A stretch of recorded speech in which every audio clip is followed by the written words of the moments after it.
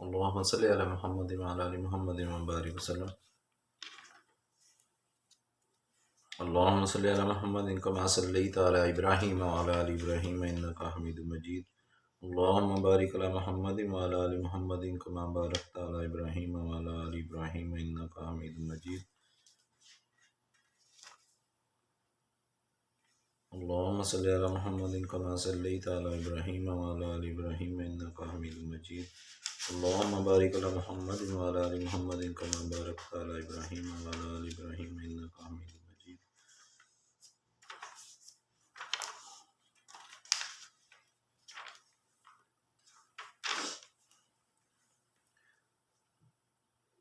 ادب کی اہمیت کے بارے میں کچھ گزارشات ہیں جو بزرگوں نے لکھی ہوئی ہیں.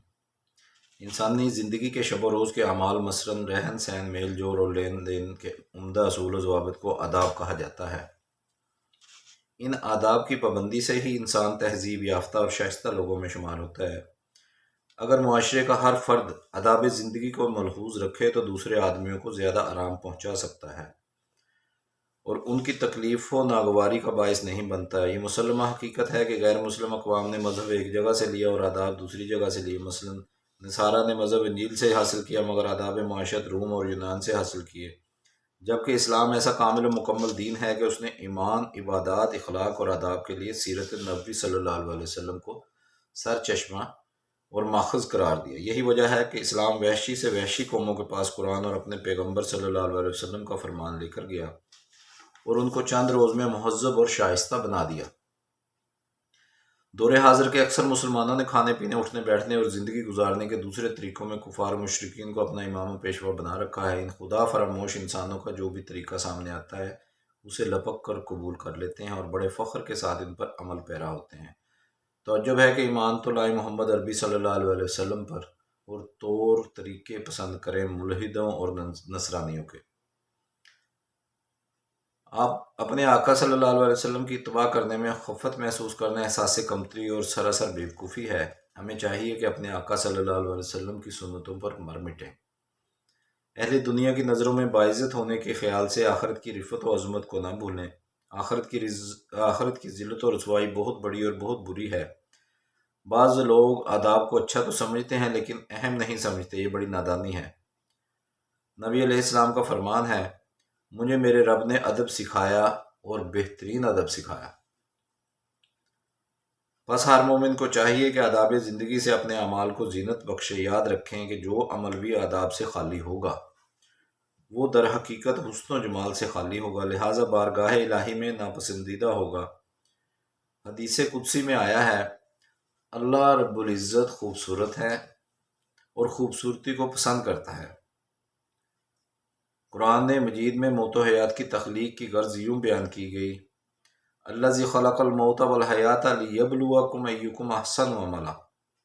جس نے موت اور زندگی اس لیے پیدا کی تاکہ وہ تمہیں آزمائے کہ تم میں سے کون عمل میں بہتر ہے. معلوم ہوا کہ اللہ تعالیٰ کو اعمال کی کثرت کی بنسبت اعمال کا حسن زیادہ محبوب ہے. پس مومن کو چاہیے کہ ہر عمل میں آداب کی رعایت ملحوظ رکھے. ایک مقولہ مشہور ہے، دین سراسر ادب ہے. دین سراسر ادب ہے. یہ بات عظم من الشمس ہے کہ جس کو ادب کی توفیق نصیب ہوئی اسے سعادت ملی اور جو ادب سے محروم ہوا اسے شقاوت ملی. گویا با ادب با نصیب، بے ادب بے نصیب. علماء امت نے اہمیت ادب کے عنوان پر اس قدر خوبصورت باتیں کہی ہیں کہ ان میں بعض تو ضرب الامثال کا درجہ پا چکی ہیں.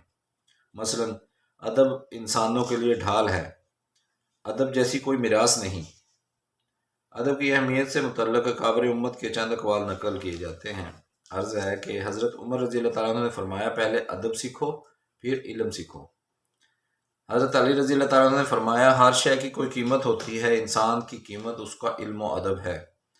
حضرت عبداللہ بن مبارک رحمۃ اللہ علیہ نے فرمایا، میرے پاس ایسے شخص کا ذکر آئے جس سے اولین و آخرین کا علم ہو مگر وہ آداب نفس سے کورا ہو تو مجھے اس کی ملاقات میسر نہ ہونے پر کبھی افسوس نہیں ہوتا، اور جب کبھی سننے میں آتا ہے کہ فلاں شخص آداب نفس کا حامل ہے تو اس کی ملاقات نصیب نہ ہونے پر افسوس ہوتا ہے. حضرت مخلد بن حسین رحمۃ اللہ علیہ نے فرمایا، ہم کثرت حدیث کی بنسبت ادب کے زیادہ محتاج ہیں. فقی ابو اللیث سمرقندی رحمۃ اللہ علیہ نے فرمایا اسلام کے 5 قلعے ہیں: پہلا یقین، دوسرا اخلاص، تیسرا فرائض، چوتھا تکمیل سنن، پانچواں حفظ آداب۔ جب تک آدمی آداب کی حفاظت و نگرانی کرتا رہتا ہے شیطان اس سے مایوس رہتا ہے، اور جب یہ آداب چھوڑنے لگتا ہے تو شیطان سنتیں چھڑوانے کی فکر میں لگ جاتا ہے، حتیٰ کہ پھر فرائض، اخلاص اور یقین تک نوبت جا پہنچتی ہے۔ حضرت ابو عبداللہ بلخی رحمۃ اللہ علیہ نے فرمایا آداب نفس کا حاصل کرنا علم کے حصول سے زیادہ اہم ہے۔ حضرت شیخ عبد القادر جیلانی رحمۃ اللہ علیہ نے فرمایا بے ادب خالق و مخلوق دونوں کو معتوب و مغضوب ہوتا ہے۔ حضرت علی حجویری رحمۃ اللہ علیہ اپنی مشہور کتاب کشف المحجوب میں لکھتے ہیں تارک ادب اخلاق محمدی صلی اللہ علیہ وسلم سے بہت دور ہوتا ہے۔ حضرت رویم رحمۃ اللہ علیہ نے ابو عبداللہ بن خفیف رحمۃ اللہ علیہ سے فرمایا اپنے عمل کو نمک بنا اور ادب کو آٹا بنا۔ اپنے عمل کو نمک بنا اور ادب کو آٹا بنا، یعنی کہ عمل کی تھوڑی مقدار جیسے نمک کی ہوتی ہے آٹا میں، اور آٹے کی زیادہ مقدار جو ہے وہ ادب کو فرمایا، یعنی ادب میں اضافہ کر حتیٰ کہ کثرت عمل و ادب کی نسبت نمک اور آٹے جیسی ہو جائے۔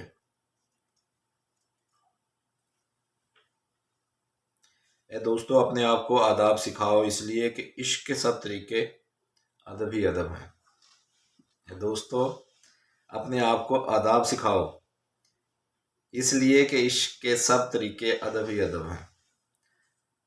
خاموش ہے دل بھری محفل میں چلانا نہیں اچھا، ادب پہلا کرینہ ہے محبت کے کرینوں میں۔ ہم اللہ تعالیٰ سے ادب کی توفیق مانگتے ہیں، اس لیے کہ بے ادب اللہ تعالیٰ کی مہربانیوں سے محروم رہتا ہے۔ بارگاہ الوہیت کا ادب۔ سب تعریفیں اللہ کے لیے ہیں جو تمام جہانوں کا پروردگار ہے۔ ہر تعریف اور ہر عبادت اسی کو ذبح ہے، اور ہر قولی و فعلی ادب اسی کی جناب کے لائق ہے۔ اس کی دو بنیادی وجوہات ہیں۔ اللہ تعالیٰ اپنی ذات و صفات میں یکتا اور تنہا ہے، اس کا کوئی شریک نہیں۔ تاریخ انسانی اس پر گواہ ہے کہ اس دنیا میں جس قدر اللہ تعالیٰ کو چاہا گیا، جس قدر اس سے محبت کی گئی، جس قدر اسے یاد کیا گیا، جس قدر اس پر جان و مال نچھاور کیا گیا، تنہائیوں میں بیٹھ کر جس قدر اسے پکارا گیا، اور جس قدر اس کے سامنے فریادیں کی گئیں، کائنات میں کوئی دوسرا اس کے ہم پایا نہ پایا گیا۔ پس سب عظمتوں اور بلندیوں کی معراج اور محبتوں اور چاہتوں کی انتہا اللہ تعالیٰ ہی کے لیے ہے۔ انسان کو چاہیے کہ اس کی جناب میں ہر قولی و فعلی ادب کا لحاظ رکھے۔ یہ فطری تقاضا ہے کہ اپنے محسن و مربی کا ادب و لحاظ بہر شان ملحوظ رکھا جائے۔ انسان اگر غور کرے تو اپنا انگ انگ اللہ تعالیٰ کے احسانات میں ڈوبا ہوا پائے گا۔ اگر اللہ تعالیٰ عزت نہ دے تو انسان ذلیل و خوار، وہ صحت نہ دے تو انسان بیمار و ناچار، وہ عقل نہ دے تو انسان دیوانہ، وہ سماعت نہ دے تو انسان بہرا، وہ گویائی نہ دے تو انسان گونگا، وہ بینائی نہ دے تو انسان اندھا۔ پس اللہ تعالیٰ ہی محسن حقیقی ہے۔ جبین نیاز بھی اسی کے آگے جھکے اور ہر ادب بھی اسی کی چوکھٹ پر نچھاور کیا جائے۔ جن مقدس ہستیوں کو معرفت الہی نصیب ہوئی، ان کی زندگی کا ہر گوشہ ادب کے عطر سے معطر ہے۔ قرآن مجید سے مثالیں۔ حضرت نوح علیہ السلام نے اپنی قوم کو راہ ہدایت پر لانے کے لیے 950 سال کوشش کی، مگر قوم نوح اپنی ضلالت و گمراہی اور بے ادبی و شقاوت پر ڈٹی رہی۔ چنانچہ ارشاد باری تعالیٰ ہوا، یقیناً وہ اندھے لوگ تھے۔ ایک مرتبہ اپنی قوم کے ہٹ درمی اور ایذا رسانی سے دل برداشتہ ہو کر حضرت نوح علیہ السلام نے دعا کی، اے پروردگار زمین پر کافروں کا کوئی بھی گھر سلامت نہ رکھ۔ اللہ تعالیٰ نے اپنے پیارے پیغمبر علیہ السلام کی دعا قبول فرماتے ہوئے وحی نازل فرمائی کہ آپ کشتی بنا لیں، عن قریب طوفان آئے گا، آپ کو اور آپ کے اہل خانہ کو بچا لیا جائے گا اور کفار کا نام و نشان مٹا دیا جائے گا۔ حضرت نوح علیہ السلام نے کشتی بنائی اور لوگوں کو اس میں سوار کر لیا۔ آپ کا ایک بیٹا نافرمان نکلا اور اس نے کشتی پر سوار ہونے سے انکار کر دیا۔ حضرت نوح علیہ السلام نے بار بار سمجھایا، مگر وہ اپنی ضد پر قائم رہا، حتیٰ کہ طوفان میں غرق ہو گیا۔ شفقت پدری نے جوش مارا تو حضرت نوح علیہ السلام نے دعا کی، اے میرے پروردگار، میرا بیٹا میرے گھر ہی کا ایک فرد ہے، اور بے شک تیرا وعدہ سچا ہے اور تو سارے حاکموں سے بڑھ کر حاکم ہے۔ اس دعا کا ایک ایک لفظ بارگاہ الوہیت کے ادب کی روشن مثال ہے۔ غور فرمائیں کہ حضرت نوح علیہ السلام نے یہ نہیں کہا، اے اللہ میرا بیٹا غرق ہو گیا اور تیرا وعدہ پورا نہیں ہوا، تاہم ارشاد باری تعالیٰ ہوا، اے نوح یقین جانو وہ تمہارے گھر والوں میں سے نہیں ہے، وہ تو ناپاک عمل کا پلندہ ہے، لہٰذا مجھ سے ایسی چیز نہ مانگو جس کی تمہیں خبر نہیں، میں تمہیں نصیحت کرتا ہوں کہ تم نادانوں میں شامل نہ ہو۔ حضرت نوح علیہ السلام کی اس تنبیہ خداوندی پر تھر تھرا اٹھے اور یہ کہنے لگے، میرے پروردگار میں آپ کی پناہ مانگتا ہوں اس بات سے کہ آئندہ آپ سے وہ چیز مانگوں جس کا مجھے علم نہیں، اور اگر آپ نے میری مغفرت نافرمائی اور مجھ پر رحم نہ کیا تو میں بھی ان لوگوں میں شامل ہو جاؤں گا جو برباد ہو گئے ہیں۔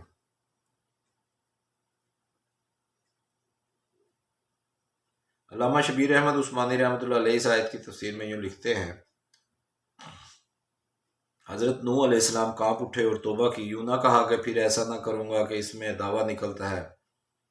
بندے کو کیا مقدور ہے، چاہیے کہ اس کی پناہ مانگے کہ مجھ سے پھر ایسا نہ ہو، اور نہ کرنے کا دل میں عزم رکھے۔ حضرت آدم علیہ السلام اور حضرت یونس علیہ السلام کی توبہ کے جو الفاظ قرآن میں نقل ہوئے ہیں ان میں بھی یہی ادب ملحوظ ہے۔ حضرت ابراہیم علیہ السلام نے اپنی بت پرست قوم کو توحید کا درس دیا اور اپنے پروردگار کا تعارف ان الفاظ سے کروایا، جس نے مجھے پیدا کیا ہے اور پھر وہ ہی میری رہنمائی فرماتا ہے، اور جو مجھے کھلاتا پلاتا ہے، اور جب میں بیمار ہوتا ہوں تو مجھے شفا دیتا ہے۔ سبحان اللہ، اس کلام میں کتنی لطافت ہے کہ صفات پیدا کرنا، ہدایت دینا، کھلانا پلانا اور شفا دینا کو اللہ تعالیٰ کی جانب سے قرار دیا اور بیماری کو اپنی طرف منسوب کیا۔ گو کہ بیماری بھی اللہ ہی کی طرف سے آتی ہے، مگر بادی نظر میں بیماری کو عیب سمجھا جاتا ہے، لہٰذا بیماری کا اللہ تعالیٰ کی طرف منسوب کرنا ادب کے خلاف تھا۔ لہٰذا یوں کہا، جب میں بیمار ہوتا ہوں تو وہی مجھے شفا دیتا ہے۔ بلا شبہ یہ کلام الہی اور ادب الہی کی بہترین مثال ہے۔ حضرت ایوب علیہ السلام کو ابتدا میں اللہ تعالیٰ نے ہر لحاظ سے دنیا کی آسودہ حالی عطا فرمائی تھی، رزق کی فراغی، اور اس قدر کہ 3000 اونٹ، 3000 گھوڑے، 1000 بکریاں، 500 حشم و خدم اور پھلوں کے بہت بڑے باغات عطا کیے۔ اس پر مزید یہ کہ نیک اولاد اور نیک سیرت و خوبصورت بیوی عطا کی۔ مشیت الہی سے حضرت ایوب علیہ السلام پر آزمائش کا دور شروع ہوا تو باغات جل گئے، مویشی مر گئے، اولاد مکان کے حادثے میں ہلاک ہو گئی، شدید قسم کے بدنی امراض نے آن گھیرا۔ حضرت ایوب علیہ السلام صبر و شکر کا مجسمہ بن گئے۔ ایک موقع پر انہوں نے الفاظ میں دعا کی، اور ایوب کو دیکھو جب انہوں نے اپنے پروردگار کو پکارا کہ مجھے یہ تکلیف لگ گئی ہے اور تو سارے رحم کرنے والوں سے بڑا رحم کرنے والا ہے۔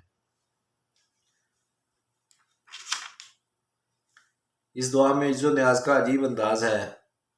اگر اللہم عافینی وشفینی، اے اللہ مجھے عافیت بخش اور شفا عطا کر کے الفاظ سے دعا کرتے تو وہ بھی جائز ہوتا، مگر شان عبودیت ادب کے متقاضی تھی۔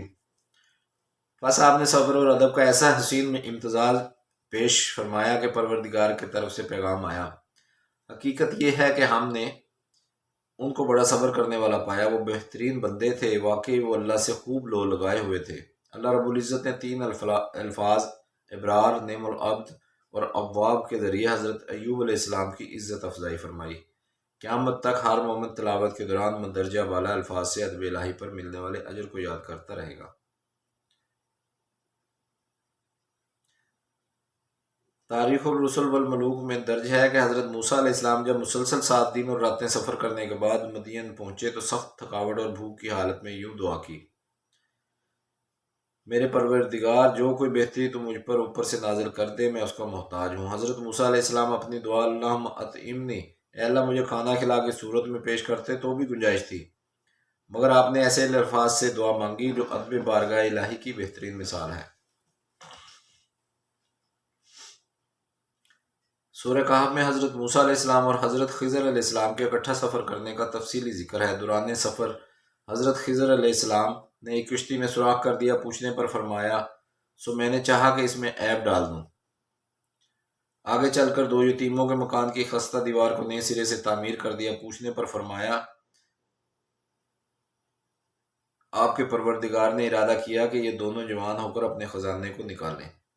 اگرچہ حضرت خضر علیہ السلام نے یہ دونوں کام مشیت الہی سے کیے تھے، لیکن ادب کی انتہا دیکھیے کہ جس کام میں شر تھا یعنی کشتی میں سوراخ کرنا، اسے ان آئیبہا کے الفاظ سے اپنی طرف منسوب کیا، اور جس کام میں خیر تھی یعنی دیوار بنانا، اسے فارادہ ربو کا کے الفاظ سے اللہ تعالیٰ کی طرف منسوب کیا۔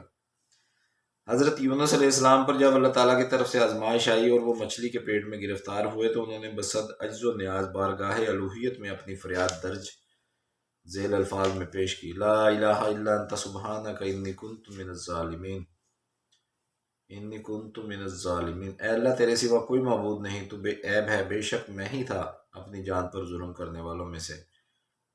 قرآن مجید کی آیات گواہی دے رہی ہیں کہ اگر حضرت یونس علیہ السلام اس طرح ادب کے ساتھ اللہ تعالیٰ کے حضور دعا گو نہ ہوتے تو قیامت تک مچھلی کے پیٹ ہی میں رہتے۔ ارشاد باری تعالیٰ ہے، اگر وہ اللہ تعالیٰ کی پاکیزگی بیان نہ کرتے تو روز محشر تک مچھلی کے پیٹ میں ہی رہتے۔ اس سے یہ بھی معلوم ہوا کہ رب کائنات کی بارگاہ میں عز و ادب سے جو بھی فریاد پیش کی جائے شرف قبولیت پائے گی۔ آج بھی اکثر اہل اللہ مصیبت زدگان کو اس آیت کریمہ کا ورد بتاتے ہیں۔ رنج و علام کے دفیہ کے لیے یہ آیت کریمہ اکسیر اعظم ہے۔ اللہ رب العزت قیامت کے دن عیسائیوں سے پوچھے گا کہ تم نے عیسیٰ علیہ السلام اور ان کی والدہ کو میرا شریک کیوں بنایا؟ نصارہ غلط بیانی سے کام لیتے ہوئے کہیں گے کہ انہوں نے ہی ہمیں یہ کہا تھا۔ چنانچہ اللہ تعالیٰ حضرت عیسیٰ علیہ السلام سے پوچھیں گے، کیا تم نے لوگوں سے کہا تھا کہ مجھے اور میری ماں کو اللہ کے علاوہ معبود بناؤ؟ صاف ظاہر ہے کہ جب اللہ تعالیٰ پوچھیں گے کیا تم نے کہا تھا تو اس کا جواب یہی ہے کہ میں نے نہیں کہا، مگر ایسا جواب ادب کے منافی ہے۔ لہٰذا حضرت عیسیٰ علیہ السلام منفی انداز کے بجائے مثبت انداز میں یوں جواب دیں گے، اگر میں نے ایسا کہا ہوتا تو یقیناً آپ کو معلوم ہو جاتا، آپ وہ باتیں جانتے ہیں جو میرے دل میں پوشیدہ ہیں اور میں آپ کی پوشیدہ باتوں کو نہیں جانتا، یقیناً آپ کو تمام چھپی ہوئی باتوں کا پورا علم ہے۔ جب نصارہ کا جھوٹ واضح ہو جائے گا تو حضرت عیسیٰ علیہ السلام اپنی گنہگار امت کی بخشش کے لیے یہ نہیں کہیں گے انہیں عذاب نہ دے، کیونکہ ایسا کہنا آداب خداوندی کے خلاف ہے، لہٰذا اپنی درخواست یوں پیش کریں گے، اگر آپ ان کو سزا دیں تو یہ آپ کے بندے ہیں، اور اگر آپ انہیں معاف فرما دیں تو یقیناً آپ کا اقتدار بھی کامل ہے، حکمت بھی کامل۔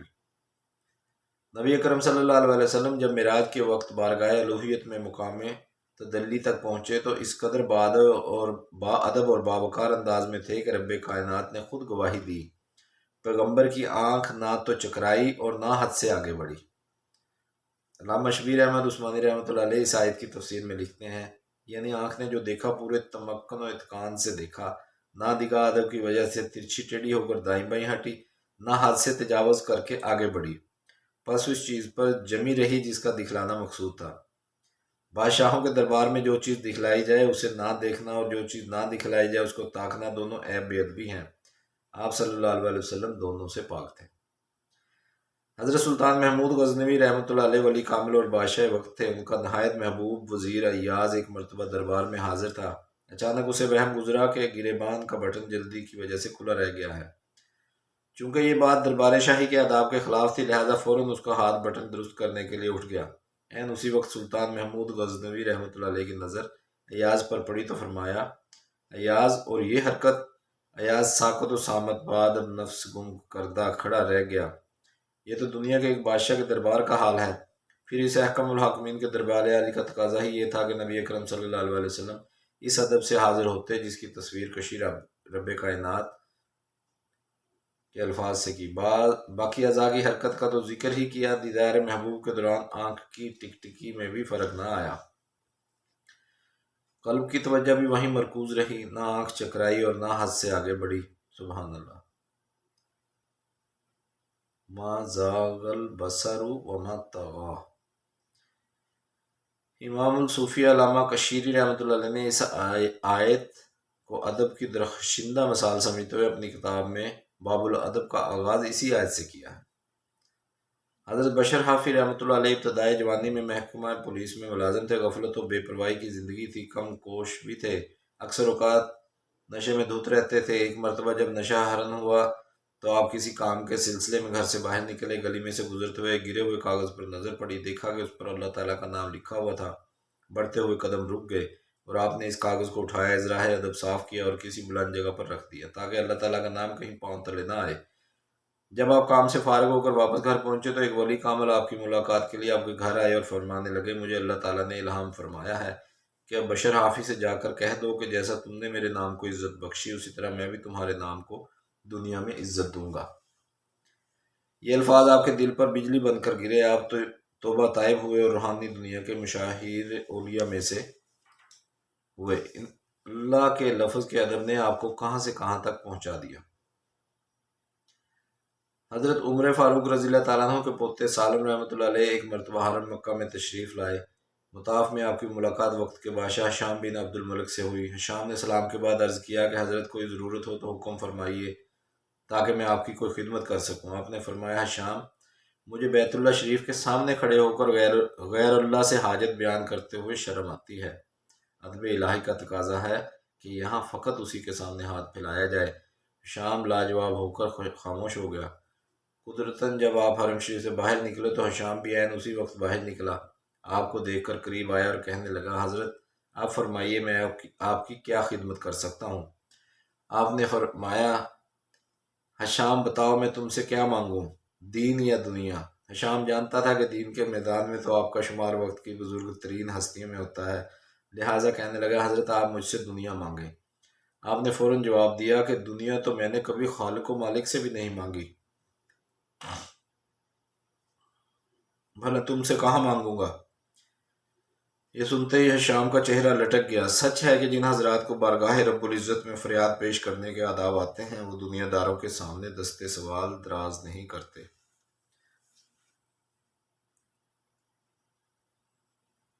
حدیث قدسی میں وارد ہے، اے محبوب اگر آپ نہ ہوتے تو میں جنت کو پیدا ہی نہ کرتا، اور اگر آپ نہ ہوتے تو میں دوزخ کو پیدا ہی نہ کرتا۔ یعنی اگر محسن انسانیت حضرت محمد مصطفیٰ صلی اللہ علیہ وسلم نے دنیا میں جلوہ افروز نہ ہونا ہوتا تو یہ جن و بشر، شمس و قمر، شجر و حجر، بحر و بر، پھولوں کی مہک، چڑیوں کی چہک، سبزے کی لہک، سماع و سمک، رفت و پستی، خوشحالی و بدحالی، زمین کی نرمی، سورج کی گرمی، دریا کی روانی، کواکب آسمانی، خزاں و بہار، بیابان و مرغزار، نباتات و جمادات، جواہر و معدنیات، جنگل کے درندے، ہوا کے پرندے، غرض کائنات کی کسی چیز کا نام و نشان بھی نہ ہوتا اگر ارض و سما کی محفل میں لولاک و لما کا شور نہ ہو، یہ رنگ نہ ہو گلزاروں میں، یہ نور نہ ہو سیاروں میں۔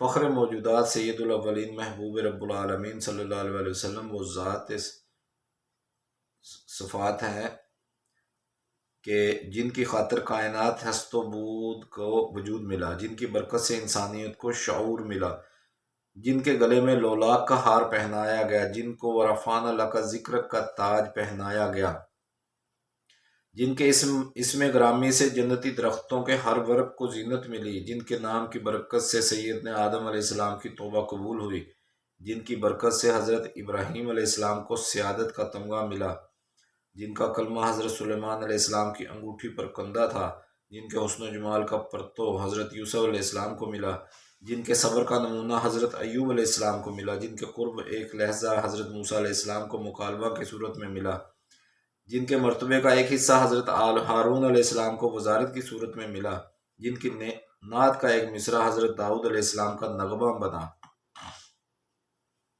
جن کی عفت کی شمع عصمت یحییٰ علیہ السلام کا جلوہ بنا، جن کے دفتر حکمت کی ایک سطر حضرت لقمان علیہ السلام کو نصیب ہوئی، جن کی رفت و بلندی کی ایک جھلک حضرت عیسیٰ علیہ السلام کو نصیب ہوئی، جن کا وجود مسعود دعائے خلیل اور نوید مسیحا بنا، جن کی آمد کی برکت سے لشکر ابرہہ قاسم معقول بنا، کاسفم معقول بنا، جن کی ولادت باسعادت سے فارس کے آتش کدے بجھے، جن کی زبان فیض ترجمان سے گہوارے میں اللہ اکبر کے الفاظ صادر ہوئے، جن کو بعثت سے قبل ہی صادق و امین کا لقب ملا، جن کی انگشت مبارک کے اشارے پر چاند دو لخت ہوا، جن کی رسالت کی گواہی جمادات نے بھی دی، جن کے حصے میں معراج کی عظمت آئی، جن کے در اقدس کے خاک نشین صدیق اکبر بنے، جن کا خرم و ایمان کے ریزہ چین فاروق اعظم بنے، جن کی حیا کی کرن سے عثمان ذی النورین بنے، جن کے بحر علم کی چھینٹوں سے علی المرتضیٰ باب العلم بنے، جن کے شہر کو رب کائنات نے البلد الامین کہا، جن پر نازل ہونے والی کتاب کو کتاب مبین کہا، جن پر رب کریم اور اس کے فرشتے درود بھیجتے ہیں، جن کی امت کو خیر الامم کے نام سے یاد کرتے ہیں۔ اس خاصہ خاصان رسل کے آداب بجا لانے کی تاکید کے لیے اللہ تعالیٰ کا ارشاد ہے، اِنَّا أَرْسَلْنَاكَ شَاهِدًا وَمُبَشِّرًا وَنَذِيرًا لِتُؤْمِنُوا بِاللَّهِ وَرَسُولِهِ وَتُعَزِّرُوهُ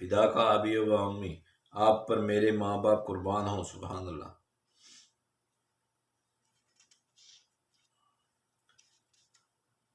سورہ مجادلہ کی آیت نمبر 12 میں اللہ رب العزت کا فرمان ہے، جس کا ترجمہ ہے: اے ایمان والو، جب تم رسول سے تنہائی میں کوئی بات کرنا چاہو تو اپنی اس تنہائی کی بات سے پہلے کچھ صدقہ کر دیا کرو۔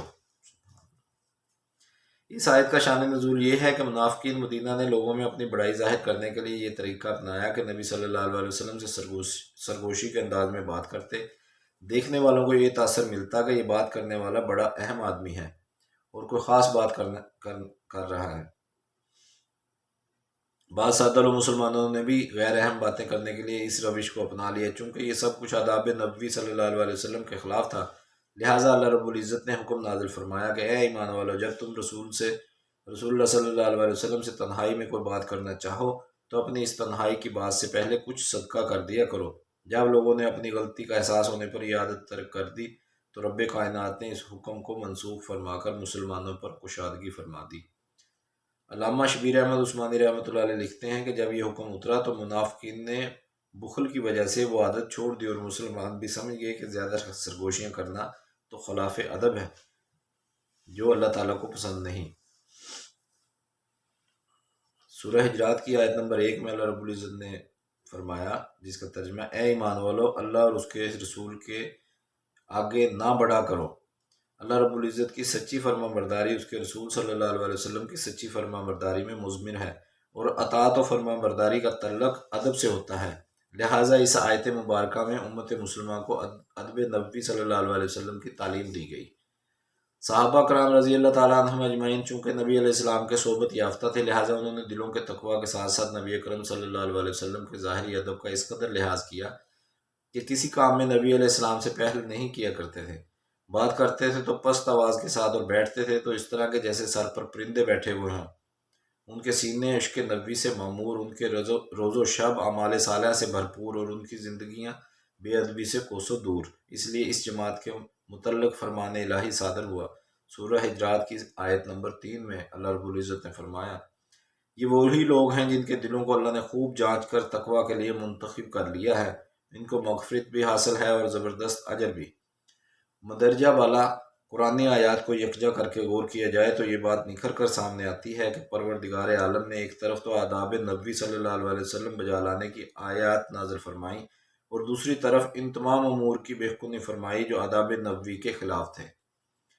جہاں آداب بجا لانے کا حکم دیا، وہاں بے ادبی کی ممانعت بھی فرما دی، گویا پسندیدہ اور ناپسندیدہ دونوں طرح کے امور کی وضاحت فرما دی۔ صحابہ کرام رضی اللہ عنہم اجمعین نے اس باب میں ایسی روشن مثالیں قائم کی ہیں کہ آج بھی امت مسلمہ کے لیے روشنی کے مینار کا کام دیتی ہیں۔ صلح حدیبیہ کے موقع پر نبی اکرم صلی اللہ علیہ وسلم نے حضرت عثمان غنی رضی اللہ تعالیٰ عنہ کو اپنا نمائندہ بنا کر مصالحت کی غرض سے مکہ بھیجا۔ خود بنفس نفیس صحابہ کرام رضی اللہ عنہم اجمعین کے ہمراہ مقام حدیبیہ میں قیام فرمایا۔ حضرت عثمان غنی رضی اللہ تعالیٰ عنہ نے قریش مکہ سے تفصیلی بات چیت کی، مگر انہوں نے مسلمانوں کو عمرے کی اجازت دینے سے صاف انکار کر دیا۔ کئی دن کی مساعی جمیلہ کے باوجود کوئی امید بر نہ آئی۔ صنادید قریش اپنی ہٹ درمی پر قائم رہے۔ چند ایک نے حضرت عثمان غنی رضی اللہ تعالیٰ عنہ کو پیشکش کی کہ اگر آپ خود عمرہ کرنا چاہتے ہیں تو ہماری طرف سے آپ کو اجازت ہے۔ حضرت عثمان غنی رضی اللہ تعالیٰ عنہ نے فرمایا، یہ کیسے ممکن ہے کہ میرے آقا صلی اللہ علیہ وسلم کو طواف سے روک دیا جائے اور میں خود طواف کر لوں؟ قریش مکہ کے دلوں پر یہ بات بجلی بن کر گری۔ وہ تصور بھی نہیں کر سکتے تھے کہ غلامان رسول صلی اللہ علیہ وسلم کو عشق و ادب میں اتنا کمال نصیب ہو چکا ہے۔ حضرت عثمان غنی رضی اللہ تعالیٰ عنہ جب واپس تشریف لائے تو بعض صحابہ رضی اللہ تعالیٰ عنہ نے پوچھا کہ کیا آپ طواف کر آئے ہیں؟ حضرت عثمان غنی رضی اللہ تعالیٰ عنہ نے جواب دیا، اس ذات کی قسم جس کے قبضہ قدرت میں میری جان ہے، اگر میں وہاں 1 سال بھی ٹھہرا رہتا اور میرے آقا صلی اللہ علیہ وسلم حدیبیہ میں ہوتے تو میں اپنے محبوب صلی اللہ علیہ وسلم کے بغیر طواف نہ کرتا۔ حضرت امام بصیری رحمۃ اللہ علیہ نے قصیدہ حمزیہ میں کیا خوب ارشاد فرمایا ہے۔ حضرت عثمان رضی اللہ تعالیٰ عنہ نے بیت اللہ کے طواف سے انکار کیا، چونکہ اس کی طرف نبی اکرم صلی اللہ علیہ وسلم کے قریب نہ تھی۔ بس ان کو نبی اکرم صلی اللہ علیہ وسلم کی ید بیضا نے بیت رضوان میں اس نیک عمل کا بدلہ عطا کر دیا۔ تنہا طواف نہ کرنا ایسا جذبہ ادب تھا جس کے سبب ان کو طواف سے دگنا ثواب ملا۔ اصحاب رسول صلی اللہ علیہ وسلم کیا خوب ادب کرنے والے تھے۔ حضرت عثمان غنی رضی اللہ تعالیٰ عنہ صفت و حیا و ادب میں دوسرے صحابہ رضی اللہ تعالیٰ عنہ پر سبقت لے گئے۔ فرمایا کرتے تھے کہ جب سے میں نے نبی علیہ السلام سے بیعت کی اس وقت سے لے کر آج تک ادب کی وجہ سے میں نے دائیں ہاتھ کبھی اپنی شرمگاہ کو نہیں لگایا۔ صلح حدیبیہ کے موقع پر قریش مکہ نے عروہ بن مسعود ثقفی کو نمائندہ بنا کر بھیجا تاکہ مصالحت کی شرائط طے کر سکیں۔ عروہ انتہائی ذہین اور جہاں دیدہ آدمی تھا۔ مسلمانوں کے لشکر میں پہنچتے اس نے ایک چیز کا بغور جائزہ لینا شروع کر دیا، حتیٰ کہ نبی اکرم صلی اللہ علیہ وسلم کی خدمت میں بیٹھ کر گفتگو کرنے کے دوران وہ کن اکھیوں سے صحابہ کرام رضی اللہ عنہم اجمعین کی حرکات و سکنات کو دیکھتا رہا۔ جب وہ قریش مکہ کے پاس واپس آیا تو اس نے شمع رسالت کے پروانوں کے بارے میں درج ذیل تاثرات بیان کیے۔ اے میری قوم، اللہ کی قسم میں کیسر و کسریٰ اور نجاشی جیسے بادشاہوں کے دربار میں حاضر ہوا ہوں۔ میں نے کبھی ایسا بادشاہ نہیں دیکھا کہ جس کے اصحاب اس کی اتنی تعظیم کرتے ہوں جتنی تعظیم محمد صلی اللہ علیہ وسلم کے اصحاب ان کی کرتے ہیں۔ اللہ کی قسم، جب وہ تھوک بھی پھینکتے ہیں تو وہ ان کے اصحاب میں سے کوئی نہ کوئی اپنے ہاتھ پر لے لیتا ہے۔ جب وہ وضو کرتے ہیں ان کا پانی لینے کے لیے اصحاب میں ایک دوسرے سے آگے بڑھنے کی کوشش کرتے ہیں۔ جب کوئی حکم فرماتے ہیں تو ان کے اصحاب اس حکم کی تعمیل کے لیے دوڑتے ہیں۔ جب وہ کلام فرماتے ہیں تو ان کے اصحاب کی آوازیں پست ہو جاتی ہیں۔ مزید برآں اصحاب انہیں بڑی محبت و الفت اور ادب کی نگاہوں سے دیکھتے رہتے ہیں۔ صحابہ کرام رضی اللہ تعالیٰ عنہم اجمعین کے ادب نبوی کی گواہی اس سے اچھے الفاظ میں دینی مشکل ہے۔ تعریف اگر کسی دشمن کی زبان سے نکلے تو اس کی اہمیت زیادہ ہو جاتی ہے۔ آفرین ہے ان مقدس ہستیوں پر جنہوں نے اپنے آداب و اخلاق کا لوہا دشمنوں سے بھی منوا لیا۔ ادب ایک تاج ہے جو اللہ تعالیٰ کے لطف و مہربانی سے ملتا ہے۔ اسے اپنے سر پر رکھ اور جہاں چاہے جا عزت پائے گا۔ حضرت عباس رضی اللہ تعالیٰ عنہ نبی اکرم صلی اللہ علیہ وسلم کے چچا تھے، تاہم عمر میں کوئی زیادہ فرق نہ تھا۔ ایک مرتبہ نبی اکرم صلی اللہ علیہ وسلم نے ان سے پوچھا، اے میرے چچا، کیا آپ مجھ سے بڑے ہیں؟ یہ الفاظ سنتے ہی حضرت عباس رضی اللہ تعالیٰ عنہ تڑپ اٹھے اور عرض کیا، نہیں، میری عمر زیادہ ہے اور اللہ کے رسول صلی اللہ علیہ وسلم مجھ سے بڑے ہیں۔ اسی طرح کا ایک واقعہ اور بھی منقول ہے کہ حضرت عثمان رضی اللہ تعالیٰ عنہ نے عمر کا تذکرہ کرتے ہوئے کسی صحابی رضی اللہ تعالیٰ عنہ سے پوچھا، تم بڑے ہو یا نبی اکرم صلی اللہ علیہ وسلم؟ انہوں نے جواباً کہا، نبی اکرم صلی اللہ علیہ وسلم مجھ سے بڑے ہیں، البتہ میں پیدائش میں ان سے پہلے ہوں۔ اس سے اندازہ لگایا جا سکتا ہے کہ صحابہ کرام رضی اللہ تعالیٰ عنہم اجمعین عام گفتگو میں بھی کوئی ایسا لفظ استعمال کرنا پسند نہیں کرتے تھے جس میں بے ادبی کا شائبہ ہو۔ نبی اکرم صلی اللہ علیہ وسلم کی تعظیم و توقیر کا جذبہ ان کے انگ انگ میں اس طرح سما چکا تھا کہ روانی کلام میں بھی خلاف ادب کوئی لفظ زبان سے نہیں نکلتا تھا۔ شمائل ترمذی میں حضرت انس بن مالک رضی اللہ تعالیٰ عنہ سے مروی ہے کہ اگر کسی شدید ضرورت اور تقاضے کی وجہ سے صحابہ کرام رضی اللہ تعالیٰ عنہ کو نبی اکرم صلی اللہ علیہ وسلم کے حجرے کا دروازہ کھٹکھٹانا پڑتا تو وہ ذراہ ادب اپنے ناخنوں سے کھٹکھٹایا کرتے تھے۔ مقصد یہ ہوتا کہ اطلاع بھی ہو جائے اور زیادہ آواز کہیں طبیعت میں گرانی کا باعث بھی نہ بنے۔ قریش مکہ کے سردار ابو سفیان کی بیٹی ام حبیبہ مسلمان ہوئی تو نبی اکرم صلی اللہ علیہ وسلم نے انہیں اپنی زوجیت میں قبول فرما لیا۔ ابو سفیان اس وقت تک مسلمان نہیں ہوئے تھے۔ جب معاہدہ حدیبیہ ختم ہونے کا وقت آیا تو قریش مکہ نے اس کی مدت میں توسیع کروانی چاہی۔ اس اہم کام کے لیے ان کی نظر انتخاب ابو سفیان پر پڑی، چنانچہ ابو سفیان قریش کے سفیر بن کر مدینہ طیبہ حاضر ہوئے اور اپنی بیٹی ام حبیبہ رضی اللہ تعالیٰ عنہا کے گھر وارد ہوئے۔ ایک چارپائی پر نبی اکرم صلی اللہ علیہ وسلم کا مبارک بستر بچھا ہوا تھا۔ ابو سفیان نے جو ہی اس پر بیٹھنے کا ارادہ کیا تو ام حبیبہ رضی اللہ تعالیٰ عنہا نے جلدی سے بستر سمیٹ دیا اور خالی چارپائی کی طرف اشارہ کیا کہ ابا جان تشریف رکھیں۔ ابو سفیان اس صورتحال کو صحیح طرح سمجھ نہ سکے، لہٰذا بیٹی سے پوچھا کہ یہ بستر میرے قابل نہ تھا یا میں اس بستر کے قابل نہ تھا؟ ام حبیبہ رضی اللہ عنہا نے عرض کیا، ابا جان، یہ رسول اللہ صلی اللہ علیہ وسلم کا بچھونا ہے۔ ابو سفیان نے کہا، پھر کیا ہوا؟ وہ تیرے شوہر ہیں تو میں تیرا باپ ہوں، المومنین رضی اللہ عنہا نے کہا یہ تو ٹھیک ہے مگر آپ مشرک ہیں اور نبی علیہ السلام کا بستر پاک ہے، مجھے گوارا نہیں کہ آپ کا نجس بدن میرے آقا صلی اللہ علیہ وسلم کے بستر پر لگے۔ اس واقعہ سے عشق نبوی اور آداب نبوی کا بخوبی اندازہ لگایا جا سکتا ہے۔ مسجد نبوی میں خطبہ دینے کے لیے لکڑی کا ایک ممبر بنایا گیا جس کے 3 درجے تھے۔ نبی اکرم صلی اللہ علیہ وسلم جب خطبہ دینے کے لیے سب سے اوپر کے درجے پر بیٹھتے تو درمیان والے درجے پر پاؤں مبارک رکھتے۔ جب حضرت ابوبکر صدیق رضی اللہ تعالیٰ عنہ خلیفہ بنے تو خطبہ دینے کے لیے درمیان والے درجے پر بیٹھتے جبکہ پاؤں مبارک نچلے درجہ پر رکھتے۔ جب عمر فاروق رضی اللہ تعالیٰ عنہ خلیفہ بنے تو خطبہ دینے کے لیے سب سے نچلے درجے پر بیٹھتے جبکہ پاؤں زمین پر رکھتے۔ جب حضرت عثمان غنی رضی اللہ تعالیٰ عنہ کا دور آیا تو انہوں نے ممبر شریف کے درجات زیادہ کر دیے۔ جب خطبہ دینے کی ضرورت پیش آتی تو آپ رضی اللہ تعالیٰ عنہ زیادہ کیے ہوئے درجات میں سے پہلے درجے پر کھڑے ہوا کرتے تھے۔ خلفائے راشدین رضی اللہ تعالیٰ عنہ کا یہ عمل ادب کے معاملے میں سند کی حیثیت رکھتا ہے۔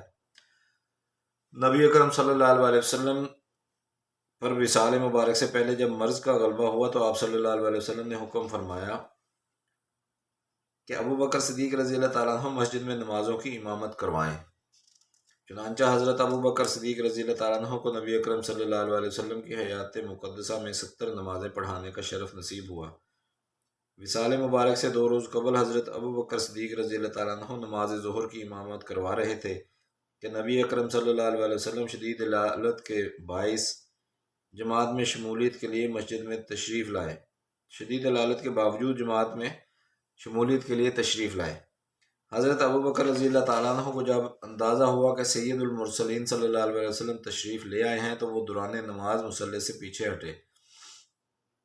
نبی اکرم صلی اللہ علیہ وسلم نے ہاتھ مبارک سے اشارہ فرمایا کہ پیچھے مت ہٹو۔ ابوبکر رضی اللہ تعالیٰ عنہ آہستہ آہستہ پہلی صف میں آ گئے اور نبی اکرم صلی اللہ علیہ وسلم مصلی پر تشریف لے گئے اور اس طرح یہ نماز مکمل ہوئی۔ نماز سے فراغت حاصل ہونے پر نبی کریم صلی اللہ علیہ وسلم نے حضرت ابوبکر رضی اللہ تعالیٰ عنہ سے پوچھا آپ دوران نماز پیچھے کیوں ہٹے؟ حضرت ابوبکر رضی اللہ تعالیٰ عنہ نے فرمایا ابو قحافہ کے بیٹے کو یہ زیب نہیں دیتا کہ رسول اللہ صلی اللہ علیہ وسلم کے آگے نماز پڑھے۔ حضرت ابوبکر صدیق رضی اللہ تعالیٰ عنہ نے اپنے عمل کے ذریعے یہ ثابت کر دیا کہ صحابہ کرام رضی اللہ تعالیٰ عنہم اجمعین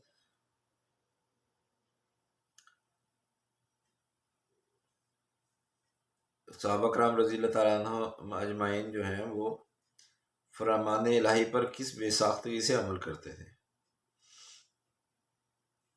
حضرت سلمہ بن عقو رضی اللہ عنہ روایت کرتے ہیں کہ ایک مرتبہ 2 فریق تیر اندازی میں باہم مقابلہ کر رہے تھے۔ کسی وجہ سے نبی اکرم صلی اللہ علیہ وسلم کا وہاں سے گزر ہوا۔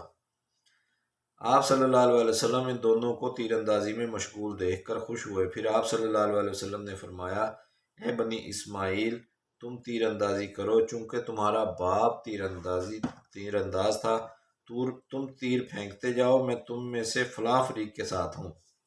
یہ الفاظ سنتے ہی دوسرے فریق نے کمان رکھ دی۔ نبی اکرم صلی اللہ علیہ وسلم نے پوچھا آپ کو کیا ہوا، کمان کیوں رکھ دی؟ عرض کیا یا رسول اللہ صلی اللہ علیہ وسلم ہم کیسے مقابلہ کر سکتے ہیں جبکہ آپ دوسرے فریق کے ساتھ ہیں؟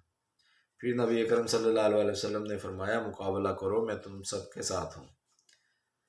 حضرت حذیفہ رضی اللہ تعالیٰ عنہ فرماتے ہیں کہ جب ہم رسول اللہ صلی اللہ علیہ وسلم کے ساتھ دسترخوان پر حاضر ہوتے تو اس وقت تک کھانے کو ہاتھ نہ لگاتے جب تک نبی علیہ السلام شروع نہ فرماتے، چونکہ آقا کی موجودگی میں غلام کا کسی کام میں پہل کرنا بے ادبی سمجھی جاتی ہے، اسی لیے صحابہ کرام رضی اللہ عنہم اجمعین کھانا کھانے میں بھی پہل نہ کیا کرتے تھے۔ حضرت ابو محذورہ رضی اللہ تعالیٰ عنہ کے سر کے سامنے کے حصوں میں بالوں کا اس قدر لمبا گچھا تھا کہ جب آپ زمین پر بیٹھ کر اپنے بال کھولتے تو وہ بال زمین سے لگ جاتے۔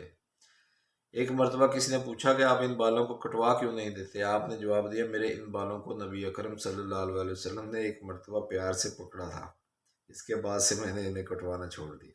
سبحان اللہ۔ عشق و ادب کی انتہا دیکھیے۔ اگر عام آدمی ظاہری نظر سے دیکھے تو اسے یہ بات معمولی نظر آئے گی، مگر آداب و اکرام کی حدود میں بڑی وسعت ہے۔ ہر انسان کو اس کے نصیب کے بقدر حصہ ملتا ہے۔ نبی اکرم صلی اللہ علیہ وسلم جب ہجرت فرما کر مدینہ منورہ میں رونق افروز ہوئے تو حضرت ابو ایوب انصاری رضی اللہ تعالیٰ عنہ کے مکان میں قیام فرمایا۔ اس مکان کی 2 منزلیں تھیں۔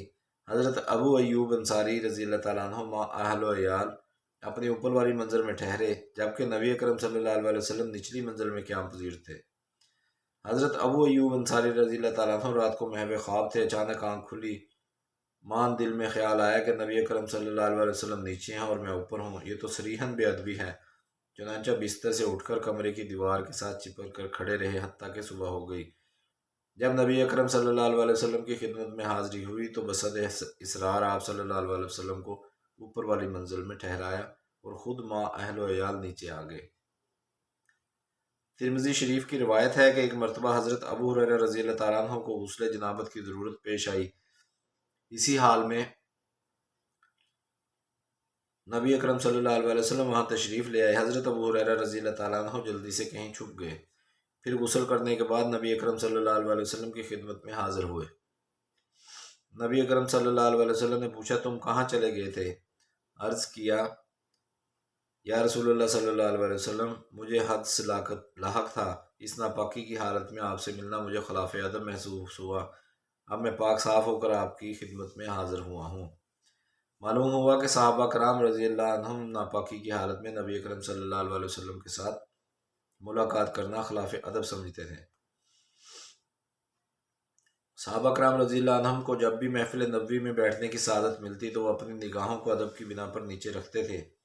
حضرت انس بن مالک رضی اللہ تعالیٰ عنہ سے روایت ہے کہ رسول اکرم صلی اللہ علیہ وسلم اپنے اصحاب مہاجرین و انصار میں تشریف فرما ہوتے تو ان میں سوائے ابو بکر اور عمر کے کوئی بھی نبی اکرم صلی اللہ علیہ وسلم کی طرف نظر نہ اٹھاتا۔ ابو بکر و عمر بھی کے ساتھ نبی اکرم صلی اللہ علیہ وسلم کا تعلق بہت خاص تھا۔ نبی علیہ السلام ان کی طرف دیکھ کر تبسم فرماتے اور وہ نبی اکرم صلی اللہ علیہ وسلم کے چہرہ انور کو دیکھ کر تبسم فرماتے، گویا عشق و محبت کے قلبی جذبات مسکراہٹوں کی شکل میں نمودار ہوتے۔ شمائل ترمذی کی ایک روایت میں حضرت علی رضی اللہ تعالیٰ عنہ محفل نبوی کا نقشہ یوں کھینچتے ہیں، جس وقت نبی اکرم صلی اللہ علیہ وسلم کلام شروع فرماتے تو آپ کے صحاب اس طرح سر جھکا لیتے کہ گویا ان کے سروں پر پرندے بیٹھے ہوں۔ جب آپ صلی اللہ علیہ وسلم خاموش ہو جاتے تب حاضرین میں سے کوئی ایک کلام کرتا اور دوران گفتگو آپ صلی اللہ علیہ وسلم سے بحث و مباحثہ نہ کرتے۔ دنیا کے بڑے بڑے عمراء کی مجالس میں ان آداب کا مشاہدہ نہیں ہو سکتا، کیونکہ ان آداب کا تعلق قلبی محبت و عقیدت سے ہے۔ اہل دنیا کو یہ نعمت کہاں نصیب ہے۔ سیدنا صدیق اکبر رضی اللہ تعالیٰ عنہ کے والد محترم حضرت ابو قحافہ رضی اللہ تعالیٰ عنہ ابھی مشرف اسلام نہیں ہوئے تھے کہ ایک دفعہ انہوں نے نبی اکرم صلی اللہ علیہ وسلم کی شان میں کچھ نازیبہ کلمات کہہ دیے۔ حضرت ابو بکر رضی اللہ تعالیٰ عنہ ان ناشائستہ الفاظ کو سن کر بہت خفا ہوئے، حتیٰ کہ اپنے والد کے چہرے پر ایک زوردار تھپڑ رسید کر دیا۔ انہوں نے نبی اکرم صلی اللہ علیہ وسلم سے شکایت کی تو نبی اکرم صلی اللہ علیہ وسلم نے حقیقت احوال واقعی معلوم کرنے کی غرض سے ابو بکر صدیق رضی اللہ تعالیٰ عنہ سے پوچھا کہ آپ نے ایسے کیوں کیا؟ انہوں نے جواب دیا، یا رسول اللہ صلی اللہ علیہ وسلم، اس وقت میرے پاس تلوار نہ تھی، ورنہ ایسے نازیبہ کلمات کہنے پر میں ان کی گردن اڑا دیتا۔ اس پر جبرائیل علیہ السلام قرآن پاک کی یہ آیتیں لے کر نازل ہوئے۔ سورہ المجادلہ کی آیات نمبر 22۔ جو لوگ اللہ اور آخرت کے دن پر ایمان رکھتے ہیں ان کو تم ایسا نہیں پاؤ گے کہ وہ ان سے دوستی رکھتے ہوں کہ جنہوں نے اللہ اور اس کے رسول کی مخالفت کی ہو، چاہے وہ ان کے باپ ہوں یا ان کے بیٹے یا ان کے بھائی یا ان کے خاندان والے۔ یہ وہ لوگ ہیں جن کے دلوں میں اللہ نے ایمان نقش کر دیا ہے اور اپنی روح سے ان کی مدد کی ہے، اور انہیں وہ ایسے باغوں میں داخل کرے گا جن کے نیچے نہریں بہتی ہوں گی، جہاں وہ ہمیشہ رہیں گے۔ اللہ ان سے راضی ہو گیا اور وہ اللہ سے راضی ہو گئے ہیں۔ یہ اللہ کا گروہ ہے، یاد رکھو کہ اللہ کا گروہ ہی فلاح پانے والا ہے۔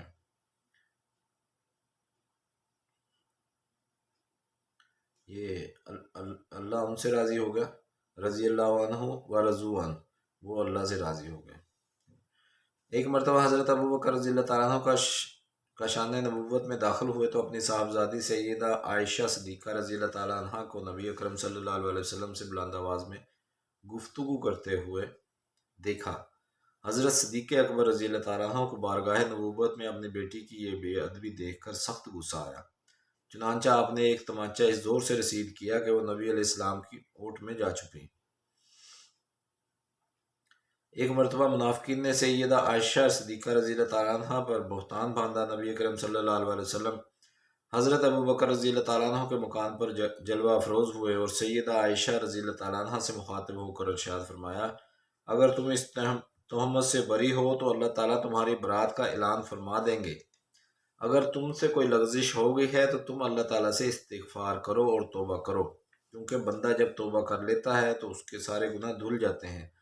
نبی اکرم صلی اللہ علیہ وسلم کا یہ فرمان سن کر سیدہ عائشہ صدیقہ رضی اللہ تعالیٰ عنہ نے اپنے والد محترم سے عرض کیا کہ میری طرف سے نبی اکرم صلی اللہ علیہ وسلم کو جواب دے دیجئے۔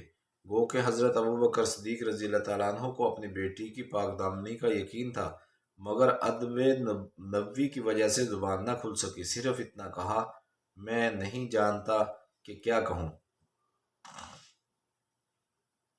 حضرت ابو ہریرہ رضی اللہ تعالیٰ عنہ سے روایت ہے کہ نبی اکرم صلی اللہ علیہ وسلم ہم سے گفتگو فرماتے تھے، پھر جب آپ صلی اللہ علیہ وسلم کھڑے ہوتے تو ہم بھی از راہ ادب کھڑے ہو جاتے۔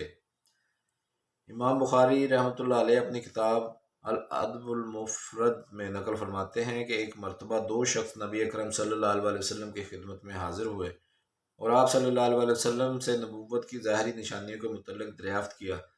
جب نبی اقدس صلی اللہ علیہ وسلم نے نشانیاں بیان فرما دیں تو انہوں نے نبی کریم صلی اللہ علیہ وسلم کے دونوں ہاتھوں اور پاؤں کو ادب و محبت سے بوسہ دیا اور کہا کہ ہم گواہی دیتے ہیں کہ آپ اللہ کے رسول ہیں۔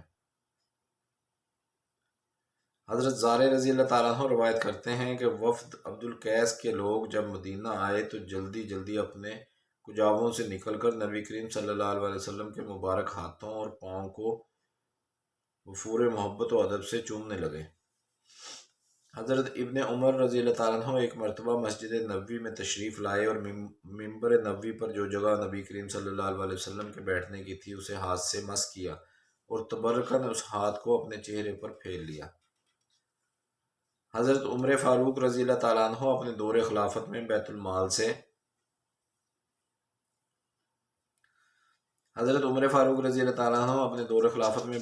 سے بعض اصحاب رضی اللہ تعالیٰ عنہ کے روزینے مقرر کرنے لگے تو اپنے بیٹے حضرت عبداللہ بن عمر رضی اللہ تعالیٰ عنہ کے لیے 3000 درہم سالانہ مقرر کیے اور حضرت اسامہ بن زید رضی اللہ تعالیٰ عنہ کے لیے 3500 درہم مقرر کیے۔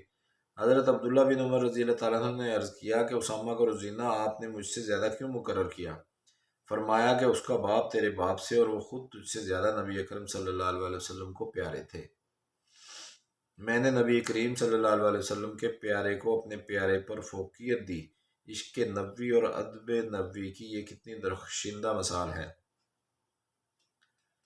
نبی کریم صلی اللہ علیہ وسلم کا ادب جس طرح آپ صلی اللہ علیہ وسلم کے حیات مبارکہ میں واجب تھا اسی طرح وفات شریفہ کے بعد بھی واجب ہے۔ سلف و خلف کا یہی مذہب رہا ہے۔ چند مثالیں درج ذیل ہیں۔ سیدہ عائشہ صدیقہ رضی اللہ تعالیٰ عنہ اگر مسجد نبوی کے کسی قریبی مکان میں میخ ٹھونکنے کی آواز سنتی تو کہلا بھیجتی کہ رسول اللہ صلی اللہ علیہ وسلم کو ایذا نہ پہنچاؤ۔ حضرت علی رضی اللہ تعالیٰ عنہ نے اپنے گھر کے لیے لکڑی کا دروازہ بنوانا تھا۔ آپ نے کاریگر سے یہ شرط طے کی کہ وہ دور کسی جگہ دروازہ تیار کرے گا تاکہ تیاری کے دوران اوزار وغیرہ کی آواز سے نبی کریم صلی اللہ علیہ وسلم کو اذیت نہ پہنچے۔ جب دروازہ تیار ہو جائے گا تو اپنی جگہ پر نصب کر دیا جائے گا۔ حضرت صاحب بن یزید رضی اللہ تعالیٰ عنہ کا بیان ہے کہ میں مسجد نبوی میں کھڑا تھا کہ کسی نے میری طرف کنکری پھینکی۔ جب دیکھا تو معلوم ہوا کہ حضرت عمر فاروق رضی اللہ تعالیٰ عنہ کھڑے ہیں۔ آپ نے دو آدمیوں کی طرف اشارہ کر کے فرمایا کہ جاؤ ان دونوں کو بلا لاؤ۔ جب وہ دونوں حاضر خدمت ہوئے تو حضرت عمر رضی اللہ تعالیٰ عنہ نے پوچھا تم کہاں سے آئے ہو؟ انہوں نے بتایا طائف سے۔ آپ نے فرمایا اگر تم لوگ شہر مدینہ کے رہنے والے ہوتے تو میں تمہیں درے لگاتا۔ کیا تم رسول اللہ صلی اللہ علیہ وسلم کی مسجد میں اپنی آوازیں بلند کرتے ہو؟ حضرت نافع رضی اللہ تعالیٰ عنہ روایت کرتے ہیں کہ ایک مرتبہ حضرت عمر فاروق رضی اللہ تعالیٰ عنہ عشاء کے وقت مسجد نبوی میں موجود تھے۔ اچانک کسی شخص کے ہنسنے کی آواز سنائی دی۔ آپ رضی اللہ تعالیٰ نے اسے بلا کر پوچھا تم کون ہو؟ اس نے کہا میں قبیلہ بنو ثقیف سے ہوں۔ یہ سن کر آپ نے پوچھا کس شہر کے رہنے والے؟ اس نے کہا میں طائف کا رہنے والا ہوں۔ آپ نے فرمایا اگر تم مدینہ کے رہنے والے ہوتے تو میں تمہیں سزا دیتا۔ یاد رکھو اس مسجد میں آوازیں بلند نہیں کی جاتی۔ ابن حمید رحمۃ اللہ علیہ سے روایت ہے کہ خلیفہ ابو جعفر منصور عباسی نے امام مالک رحمۃ اللہ علیہ سے مسجد نبوی میں کسی بات پر مباحثہ کیا۔ دوران گفتگو جب خلیفہ کی آواز قدرے بلند ہوئی تو امام مالک رحمۃ اللہ علیہ نے فرمایا، اے امیر المومنین، اس مسجد میں اپنی آواز بلند مت کرو، اس لیے کہ اللہ تعالیٰ نے ایک قوم کو ادب سکھاتے ہوئے فرمایا، اپنی آواز نبی کی آواز سے بلند مت کیا کرو، اور ایک قوم کی ان کے باادب ہونے کی وجہ سے تعریف کی۔ یقین جانو جو لوگ اللہ کے رسول صلی اللہ علیہ وسلم کے پاس اپنی آوازیں نیچی رکھتے ہیں، یہ وہی لوگ ہیں جن کے دلوں کو اللہ نے خوب جانچ کر تقوی کے لیے منتخب کر لیا ہے، ان کو مغفرت بھی حاصل ہے اور زبردست اجر بھی۔ اور ایک قوم کی ان کی بے ادب ہونے کی وجہ سے مذمت بیان کی، اے پیغمبر، جو لوگ تمہیں حجروں کو پیچھے سے آواز دیتے ہیں ان میں سے اکثر کو عقل نہیں ہے۔ اور نبی کریم صلی اللہ علیہ وسلم کا ادب و احترام وفات کے بعد بھی ایسا ہی ہے جیسا کہ حیات مبارکہ میں تھا۔ یہ سنتے ہی ابو جعفر کی آواز پست ہو گئی۔ حضرت امام مالک رحمۃ اللہ علیہ نے اپنی زندگی مدینہ منورہ میں بسر کی۔ جب قضائے حاجت کی ضرورت پیش آتی تو آپ شہر سے باہر حدود حرم تک جاتے اور اس طرح بیٹھ کر فراغت حاصل کرتے کہ جسم تو حدود حرم میں رہتا تاہم فضلہ حدود سے باہر گرتا۔ کسی کے پوچھنے پر فرمایا کہ مجھے ڈر لگتا ہے کہ کہیں مدینہ منورہ سے باہر میری موت واقع نہ ہو جائے۔ ایک طرف تو دیار حبیب سے اتنا لگا اور دوسری طرف ادب کی یہ انتہا کہ اپنے جسم کی نجاست مدینہ منورہ کی مٹی میں شامل کرنا گوارا نہیں۔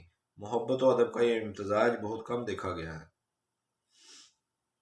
امام مالک رحمۃ اللہ علیہ کی یہ عادت تھی کہ مدینہ منورہ کی گلیوں میں سے گزرتے ہوئے راستے کے درمیان میں چلنے کی بجائے دیواروں کے قریب چلتے۔ پوچھنے پر فرمایا، ممکن ہے کہ ان راستوں پر نبی علیہ السلام کے مبارک قدموں کے نشان موجود ہوں، اگر میرے قدم ان نشانات پر آ گئے تو سخت بے ادبی ہوگی۔ امام شافعی رحمۃ اللہ علیہ نے ایک مرتبہ امام مالک رحمۃ اللہ علیہ سے پوچھا کہ آپ کے پاس سواری کے لیے بہترین گھوڑے موجود ہیں، مگر آپ مدینہ منورہ میں گھوڑے پر سوار کیوں نہیں ہوتے؟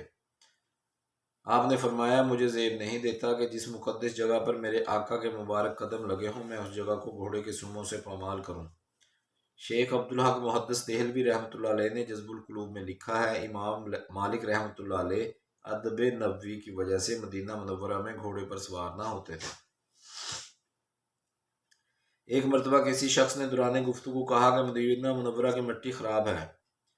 امام مالک رحمۃ اللہ علیہ نے یہ سن کر فتویٰ دیا کہ اسے 30 درے مارے جائیں اور کچھ عرصہ کے لیے قید کر دیا جائے۔ کسی نے پوچھا کہ اتنی سختی کیوں؟ فرمایا کہ ایسا شخص تو اس لائق ہے کہ اس کی گردن مار دی جائے۔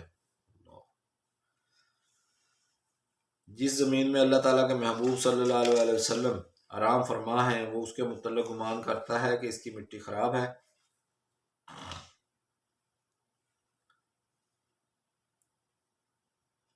امام مالک رحمۃ اللہ علیہ روضہ اقدس اور مسجد نبوی کا بہت زیادہ ادب کرتے تھے۔ کسی نے وجہ پوچھی تو فرمایا، اگر تم وہ دیکھتے جو میں دیکھتا ہوں تو پھر میرے عمل پر اعتراض نہ کرتے۔ یہ اسی ادب نبوی ہی کی برکت تھی کہ آپ کو نبی اکرم صلی اللہ علیہ وسلم کا خواب میں کثرت سے دیدار ہوتا تھا۔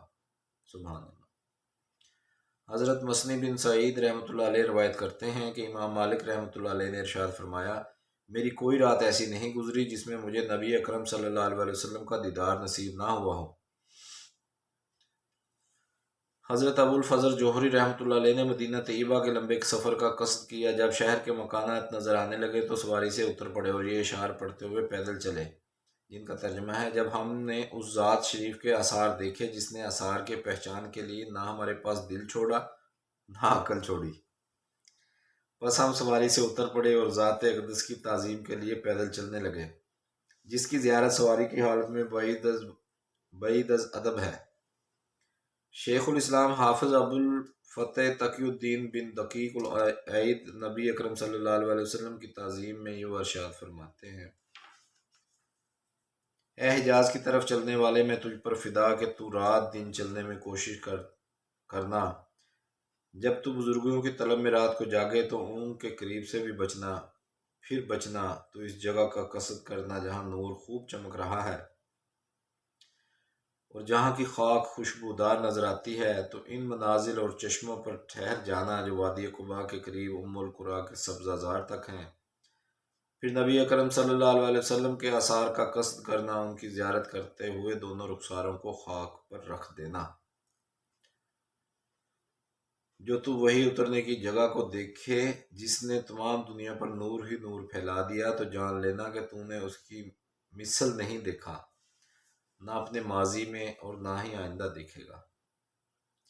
بعض مشائخ الزام سفر مدینہ کے لیے پیادہ پا اپنے گھروں سے روانہ ہوئے۔ جب پوچھا گیا تو فرمایا کہ مفرور غلام اپنے آقا کے دروازے پر سوار ہو کر نہیں آتا، اگر ہم میں طاقت ہوتی تو سر کے بل چل کے آتے۔ سبحان اللہ۔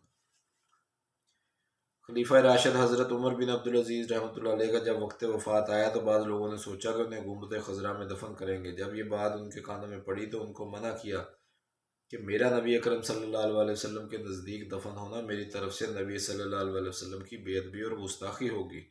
میری اوقات کیا ہے کہ میری قبر ان کے قریب ہو، میں اس کا اہل نہیں ہوں۔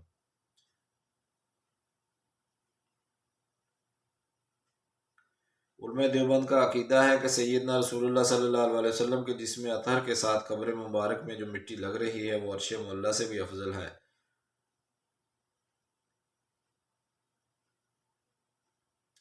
مولانا محمد قاسم نانوتوی نہایت خوبصورت اور نازک اندام تھے۔ جب مدینہ منورہ حاضر ہوتے تو جوتے نہیں پہنتے تھے۔ سنگلاخ زمین پر پیادہ چلنے سے پاؤں کے تلوے زخمی ہو گئے۔ کسی نے پوچھا کہ حضرت جوتے کیوں نہیں پہن لیتے؟ فرمایا جس دیار میں میرے آقا صلی اللہ علیہ وسلم کے مبارک قدموں کے نشانات ہوں، میں انہیں جوتوں سے کیسے پامال کروں؟ یہ تو سراسر بے ادبی اور گستاخی ہے۔ یہ خاک مقدس ہے گلابوں کی جمی سے، آہستہ قدم رکھنا مدینہ ہے مدینہ۔ سفر حج سے واپسی پر آپ نے شان رسالت میں ایک قصیدہ لکھا جس کے 2 اشعار درج ذیل ہیں۔ امیدیں لاکھوں لیکن بڑی امید ہے یہ کہ ہو سگان مدینہ میں میرا شمار، یوں تو ساتھ سگان حرم کے تیرے پھروں، مروں تو کھائیں مجھ کو مدینہ کے مور و مار۔ ایک شخص نے حضرت نانوتوی رحمۃ اللہ علیہ کو سبز رنگ کا نہایت خوبصورت جوتا ہدیہ پیش کیا۔ آپ نے ہدیہ کو سنت کی نیت سے قبول تو فرما لیا مگر جوتے کو استعمال نہ کیا۔ کسی نے وجہ پوچھی تو فرمایا قاسم کو زیب نہیں دیتا کہ گنبد خضرا کا رنگ بھی سبز ہو اور میرے جوتے کا رنگ بھی سبز ہو۔ سبز رنگ کا جوتا پہننا میرے نزدیک بے ادبی ہے۔ کسی شخص نے حضرت مولانا رشید احمد گنگوہی رحمۃ اللہ علیہ کو ایک کپڑا پیش کرتے ہوئے کہا کہ میں مدینہ سے لایا ہوں۔ آپ نے اس کپڑے کو بوسہ دیا اور آنکھوں سے لگایا۔ ایک طالب علم نے کہا حضرت یہ تو غیر ملکی کپڑا ہے، مدینہ کا بنا ہوا تو نہیں ہے۔ حضرت نے فرمایا جس ملک کا بھی بنا ہوا ہے اسے دیار محبوب صلی اللہ علیہ وسلم کی ہوا تو لگی ہے نا۔ عشق نبوی اور ادب نبوی کی یہ کتنی عمدہ مثال ہے۔ اللہ رب العزت بھی ہمیں بھی آپ صلی اللہ علیہ وسلم کا ادب کرنے کی توفیق عطا فرمائے۔ اور یہ بارہا ہم نے بزرگوں سے سنا ہے، کتابوں میں پڑھا ہے کہ با ادب با نصیب اور بے ادب بے نصیب۔ سبحان ربک رب العزت عما یصفون وسلام علی المرسلین والحمد للہ رب العالمین۔